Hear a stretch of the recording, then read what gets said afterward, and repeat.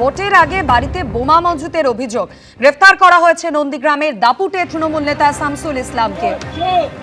পূর্ব মেদিনীপুর জেলা পরিষদের জনস্বাস্থ্য কর্মাধ্যক্ষ পদেও ছিলেন দাপুটে এই তৃণমূল নেতা।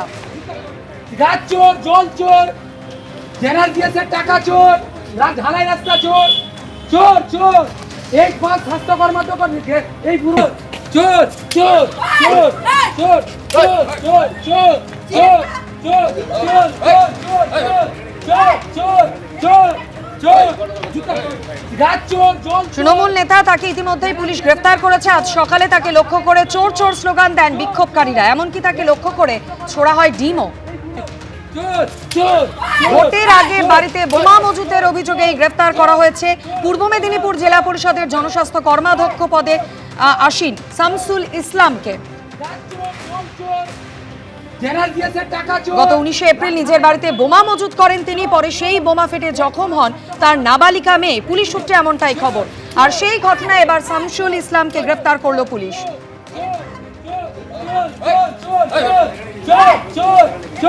টেলিফোন লাইনে রয়েছেন প্রতিনিধি বিটন চক্রবর্তী। বিটন, শামসুল ইসলাম যাকে পুলিশ ইতিমধ্যে গ্রেফতার করেছে, কি কারণে তিনি বাড়িতে বোমা মজুত করেছিলেন, পুলিশ সূত্রে কি জানতে পারছো? দেখো মাধুরী, তোমাকে জানিয়ে দেখি এই শামসুল ইসলাম যে হচ্ছে নন্দীগ্রামের একেবারে দাপুটি তৃণমূল নেতা এবং 23-এর আগে যে পঞ্চায়েতের সেখানে তিনি দাউদপুর গ্রাম পঞ্চায়েত প্রধান ছিলেন এবং 23-এর যে পঞ্চায়েত সেখানে তিনি কিন্তু জেলা পরিষদের জনস্বাস্থ্য কর্মাধ্যক্ষ।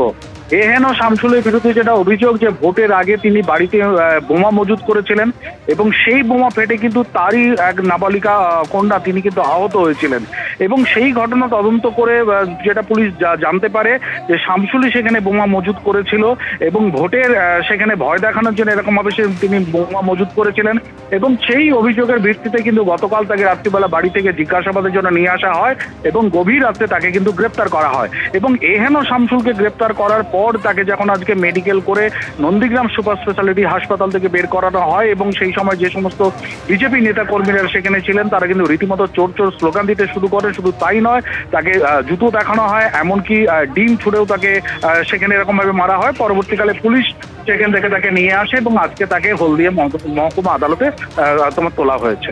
মাধুরী, ধন্যবাদ বিটন।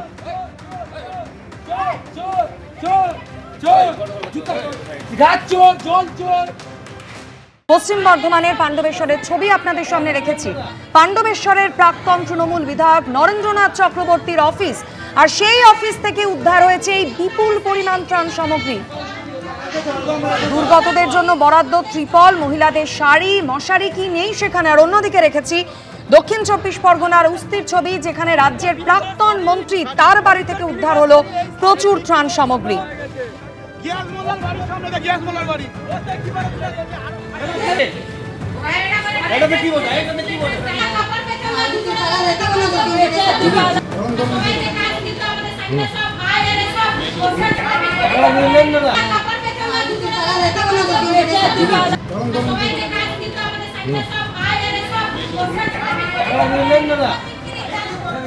পাণ্ডবেশ্বরের প্রাক্তন বিধায়ক নরেন্দ্রনাথ চক্রবর্তী তার বাড়ি এবং বাড়ি লাগোয়া এই যে অফিস, সেই অফিসের এখানেই স্থানীয় মানুষজন আজকে এসে ভিড় করে এবং তার অফিস লাগোয়া যে গোডাউন, সেই গোডাউনে প্রচুর তিরপল পাওয়া যায়। এই যে গোডাউন, এবার এই জায়গায় সরাসরি দেখানোর চেষ্টা করব যে এখানে কম্বল রয়েছে, ত্রিপল রয়েছে, প্রচুর মানুষজন এখানে পুলিশের তরফ থেকে যে পুলিশ দাঁড়িয়ে রয়েছে এখানে তল্লাশি তারপর চালাচ্ছে পুলিশ এসে। এই যে ত্রিপল এগুলো পুলিশের তরফ থেকে খতিয়ে দেখা হচ্ছে যে কত মশারি রয়েছে, কি কি আছে দাদা একটু এইদিকে তাকিয়ে বলুন। ত্রিপল আছে, মশারি আছে, লেডিসের শাড়ি আছে, আচ্ছা, আর বাচ্চাদের পাঞ্জাবি পাজামা আছে, বাচ্চাদের প্যান্ট আছে, মেয়েদের ত্রিপল শাড়িগুলো নতুন, সব নতুন। কেন্দ্রীয় বাহিনীর জওয়ান তারাও কিন্তু এখানে নিচে মোতায়েন রয়েছে এই জায়গায় এবং পুলিশের আধিকারিকরা আসছেন একে একে এবং তারাও খতিয়ে দেখার চেষ্টা চালাচ্ছেন যে কত পরিমাণ মাল আছে সেটাও দেখার চেষ্টা করছেন। প্রসূন চক্রবর্তীর সাথে মনোজ বন্দ্যোপাধ্যায়, এবিপি আনন্দ, পাণ্ডবেশ্বর। থরে থরে সাজানো ত্রাণ সামগ্রীর বস্তা, স্তূপ করে রাখা ত্রিপল। আপনাদের জানিয়ে নাকি প্রাক্তন তৃণমূল বিধায়ক নরেন্দ্রনাথ চক্রবর্তীর বাড়ি লাগোয়া অফিস থেকে যখন এই বিপুল পরিমাণ ত্রাণ সামগ্রী উদ্ধার হচ্ছে, তখনই অন্যদিকে দক্ষিণ 24 পরগনার উস্তিতে রাজ্যের প্রাক্তন মন্ত্রীর বাড়ি থেকে উদ্ধার হলো প্রচুর ত্রাণ সামগ্রী। ও শাড়ি শুধু শাড়িও শাড়িদের শাড়ি গরিবদের বিলি করা শাড়ি গরিবদের বিলি করা শাড়ি এই শাড়ি বিক্রি করার জন্য গিয়াস মোল্লার বাড়ির সামনে গিয়াস মোল্লার বাড়ি এটা গিয়াস মোল্লার বাড়ি এটা সালা চোর গিয়াস মোল্লা প্রাক্তন মন্ত্রী গিয়াসউদ্দিন মোল্লার বিরুদ্ধে ঠিক কি অভিযোগ করছেন, কি কারণে ক্ষোভে ফেটে পড়ছেন স্থানীয় বাসিন্দারা জানাবেন প্রতিনিধি গৌতম মণ্ডল আমাদের সঙ্গে টেলিফোন লাইনে রয়েছেন। গৌতম, দেখো মাধুরী, দক্ষিণ চব্বিশ পরগনা মগরাহাট পশ্চিম যে বিধানসভা, এই বিধানসভা কেন্দ্রের দীর্ঘদিনের বিধায়ক ছিলেন গিয়াসউদ্দিন মোল্লা এবং তিনি প্রাক্তন সংখ্যালঘু উন্নয়ন মন্ত্রীও বটে। তার উষ্ঠিতে বাড়ি রয়েছে।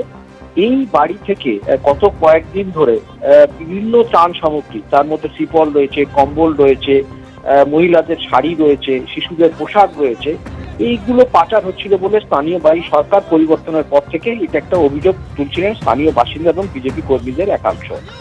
গতকাল প্রথমে বেশ কয়েকটি ট্রাকে করে এই ত্রাণ সামগ্রী যখন পাচার হচ্ছিল, প্রথম ওই এলাকারই রাস্তা থেকে আটক করে। তারপরে বিজেপি কর্মী সমর্থক এবং সাধারণ মানুষ তারা চলে আসেন। এই যে উস্তির বাড়ি রয়েছে গিয়াসউদ্দিন মোল্লা, সেই বাড়ির সামনে চলে আসে। একদম বাড়ির সামনে অবস্থান বিক্ষোভ চলতে থাকে এবং সেইখান থেকেও তার বাড়ির ভেতর থেকেও প্রচুর ত্রাণ সামগ্রী উদ্ধার হয়। পুলিশকে খবর দেওয়া হয়, পুলিশ আসে এবং পুলিশ আসার পর সেগুলো সমস্ত সিজ করা হয়।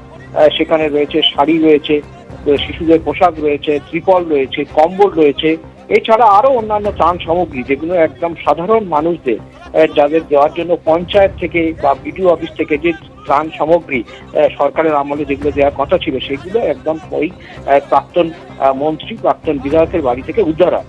পুলিশ ইতিমধ্যেই সেই সিজার লিস্ট দেখা যাচ্ছে যে গিয়াসউদ্দিন মোল্লা তিনি সিজার লিস্টে সই করছেন এবং যা উদ্ধার হয়েছে, এবং ইতিমধ্যে পুলিশ একটা মামলাও রুজু করেছে। এখন দেখার বিষয়, কারণ এখানকার যারা বিজেপি কর্মী সমর্থক এবং সাধারণ মানুষ তারা গিয়াসউদ্দিন মোল্লার গ্রেপ্তারের দাবি তুলেছেন।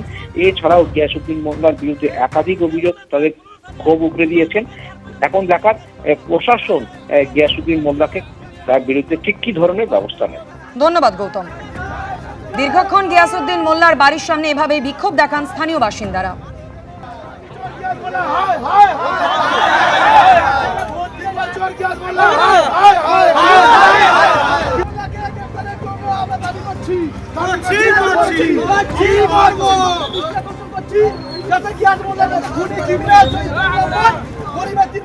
দুই জেলার দুই জায়গার ছবি আপনাদের সামনে রাখবো, যেখানে তৃণমূল বিধায়কদের বিরুদ্ধে দুর্নীতির অভিযোগে ক্ষোভে ফেটে পড়লেন স্থানীয় বাসিন্দারা। হাওড়ার বাগনান এবং উত্তর চব্বিশ পরগনার হাড়োয়ার ছবি রেখেছি আপনাদের সামনে।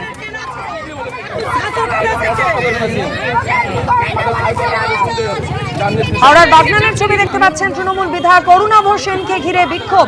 বিধায়কের বাড়ির সামনে এসে ঝাঁটা জুতো হাতে মহিলাদের বিক্ষোভ।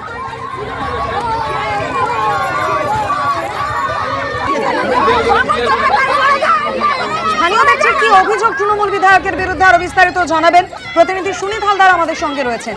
সুনীত, স্থানীয় মহিলারা যারা বিক্ষোভ দেখাচ্ছেন আমরা দেখতে পাচ্ছি হাতে লাঠি, ঝাঁটা, জুতো সমস্ত কিছু আছে, কি বলছেন তারা? দেখো মাধুরী, যেটা জানা যাচ্ছে যে আজকে সকালবেলাতেই বাগনানের খালদ গ্রামে তৃণমূল বিধায়ক অরুণাভ সেন তার বাড়ির সামনে গ্রামবাসীরা জড়ো হয় এবং বেশিরভাগ মহিলাই তার মধ্যে ছিল। তাদের হাতে ঝাঁটা ছিল, জুতো ছিল এবং লাঠি ছিল।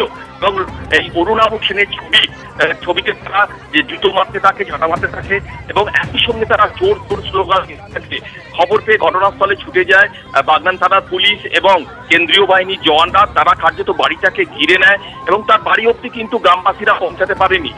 গ্রামবাসীদের যেটা অভিযোগ যে দীর্ঘদিন এই অরুণাভ সেন, যিনি রাজা সেন নামেও পরিচিত, এলাকায় তাদের উপর অত্যাচার করেছে, মহিলাদের উপর অত্যাচার করেছে। শুধু তাই নয়, এই যে প্রধানমন্ত্রী আবাস যোজনার যে ঘর বাড়ি যে বিলি করার ব্যবস্থা, সেখান থেকেও মোটা টাকা কাটমানি খেয়েছে। এই ধরনের তারা অভিযোগ করছে। দুর্নীতি এবং মহিলাদের উপর অত্যাচার, এই নিয়েই তারা ক্ষোভে কার্যত ফেটে পড়েন এবং এই ঘটনায় অরুণাভ সেনের গ্রেপ্তার দাবি করে তারা বিক্ষোভ দেখাতে থাকে।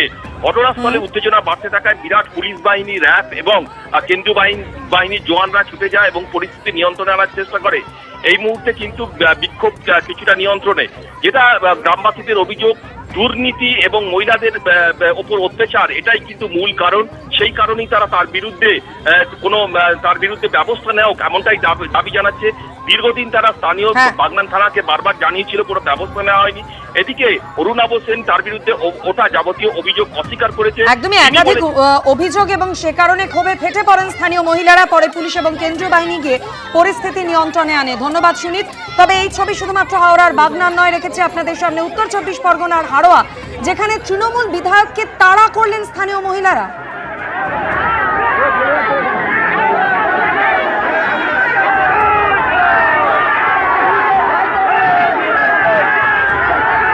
হাড়োয়ার তৃণমূল বিধায়ক আব্দুল মাতিন, কি কারণে তাকে এই পরিস্থিতির মধ্যে পড়তে হলো, বিস্তারিত জানাবেন প্রতিনিধি সমীরণ পাল আমাদের সঙ্গে রয়েছেন। সমীরণ। মাধুরী, আজকে পরিবেশ দিবস উপলক্ষে হাড়োয়া বিধানসভার গোপালপুর 1 নম্বর গ্রাম পঞ্চায়েতের রামচাকি গ্রামে গেছিলেন হাড়োয়ার তৃণমূল বিধায়ক মুফতি আব্দুল মাতিন, এবং তিনি যখন গাড়িতে করে স্কুলের দিকে যাচ্ছিলেন সেই সময় গ্রামবাসীরা তাকে ঘিরে বিক্ষোভ দেখাতে শুরু করেন, এবং সেই সময় হাড়োয়া থানার পুলিশ ঘটনাস্থলে ছিল, কেন্দ্রীয় বাহিনী ছিল, এবং তেমন বিক্ষোভ ছিল যে বিক্ষোভ আসতে পারে তার গাড়ি লক্ষ্য করে, এবং তিনি গাড়ি থেকে নামতে পারেননি। পুলিশ কোনো ক্রমে তাকে ওই এলাকা থেকে বার করে দেয়, এবং এলাকার বাসিন্দাদের অভিযোগ, অর্থাৎ পঞ্চায়েত এই বিধানসভা নির্বাচনের পর্ব থেকে বিরোধীদের তরফ থেকে বারবার অভিযোগ উঠছিল যে তৃণমূলের এই প্রার্থী মুফতি আব্দুল মাতিন তিনি স্বেচ্ছাসেবী সংগঠনের নামে আর্থিক তছরূপ করেছেন, নানা রকম দুর্নীতির অভিযোগ ছিল তার বিরুদ্ধে।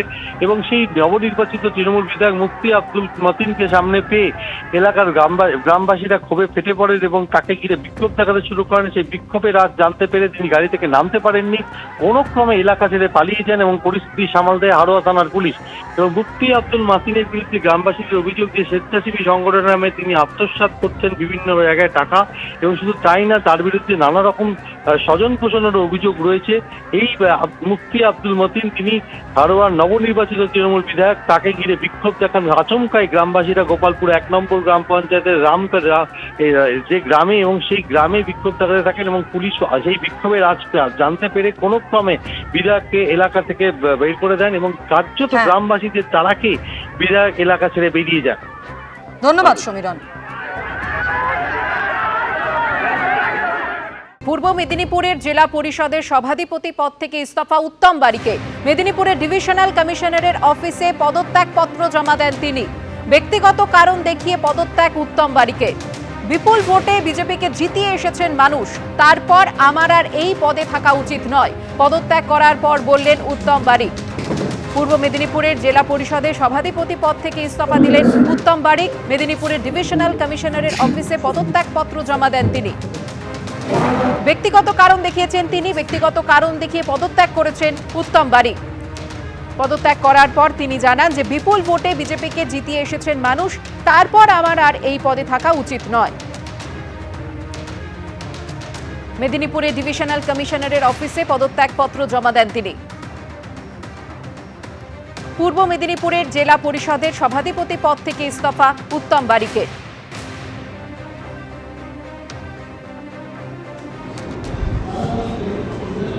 উত্তম বারিক পদত্যাগ করার পর জানিয়েছেন যে বিপুল ভোটে বিজেপিকে মানুষ জিতিয়েছেন, তারপর আমার আর এই পদে থাকা উচিত নয়।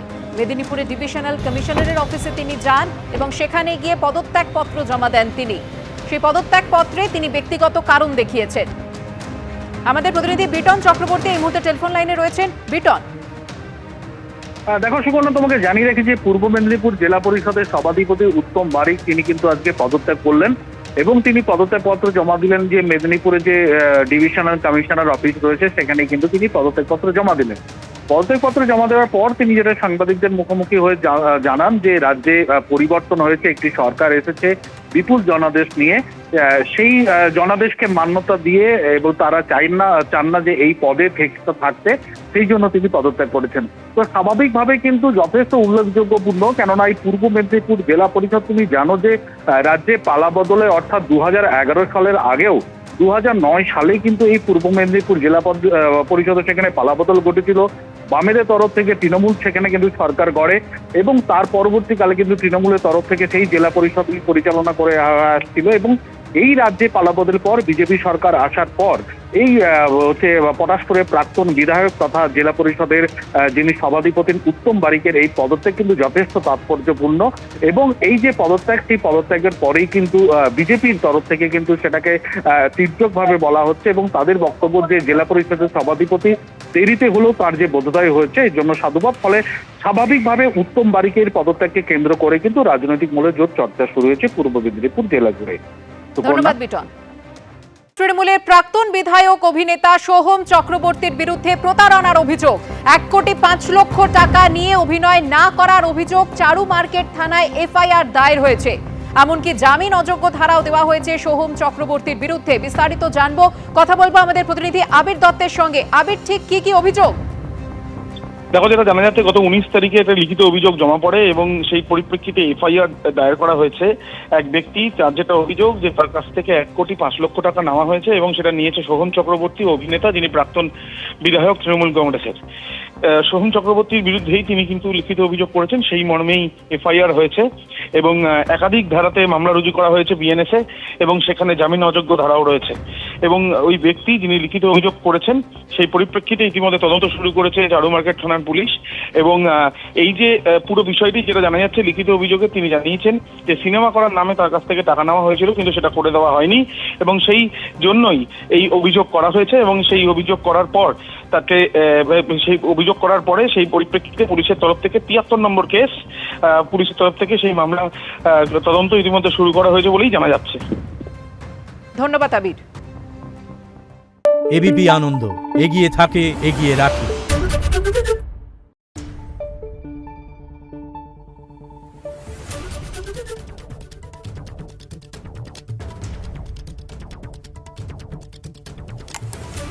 Thank you.